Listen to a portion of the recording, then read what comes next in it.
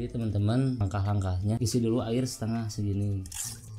Udah isi air, tadi udah dicek mesinnya kayak gimana, baru masukin pasir silikanya. Oke, langsung aja ya. Langsung. Kita isi full aja airnya. Segini aja mungkin ya, cukup nggak? Cukup. Siap, kita nyalain ya tes air terjunnya nih. Mudah-mudahan berjalan dengan semestinya. Cik, nyali. 1, 2, 3. Bray. Nah udah kayak gini mah nanti kalian bisa dicocok-cocokin gitu pakai tanaman apa. Nah iya, Pasirnya pasir apa gitu. Boleh.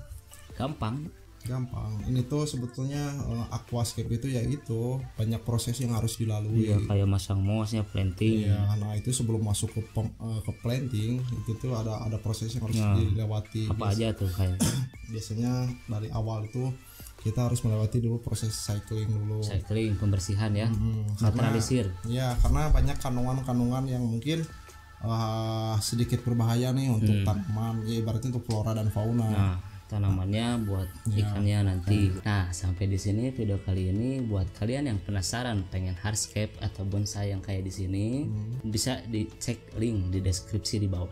Nah, untuk teman-teman support terus kita ya. Tanpa support dari kalian mungkin kita nggak ada apa-apanya.